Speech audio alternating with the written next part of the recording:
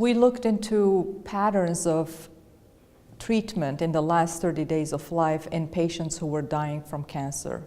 And specifically, we looked at their use of acute care services, so admission to the emergency department or to the hospital.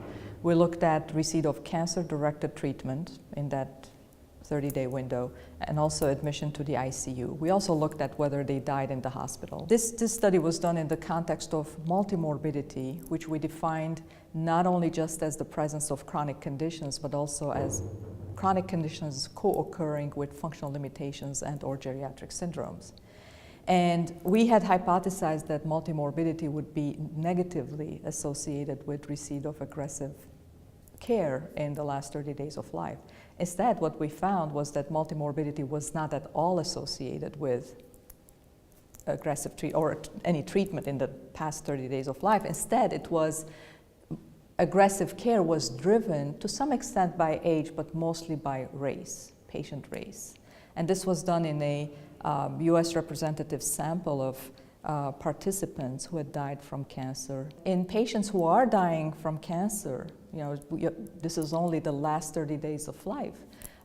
It is futile to give all these kinds of treatment, and so there's more movement now to favor palliative care, and so palliative care is some form of indicator of quality of care, and therefore African Americans or blacks in the United States were less likely or more likely to have these treatments.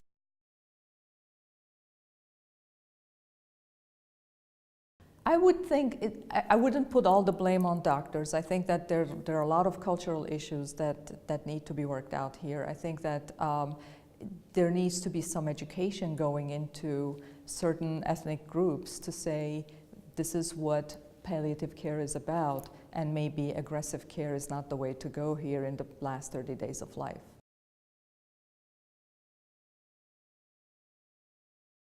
The important message is that if palliative care is not driven by multimorbidity and it's driven more from cultural issues, then I think the implication is that there should be public education about palliative care and maybe targeted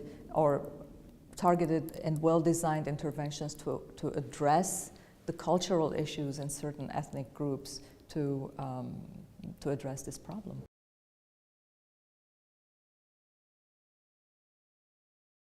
With doctors, I think that, of course, patient preference is going to be very important in what the patient wants going forward into the end-of-life phase. But I think that doctors should probably be educating their patients as well about maybe the futility of this kind of treatment at the end of life, especially because it tends to be very costly.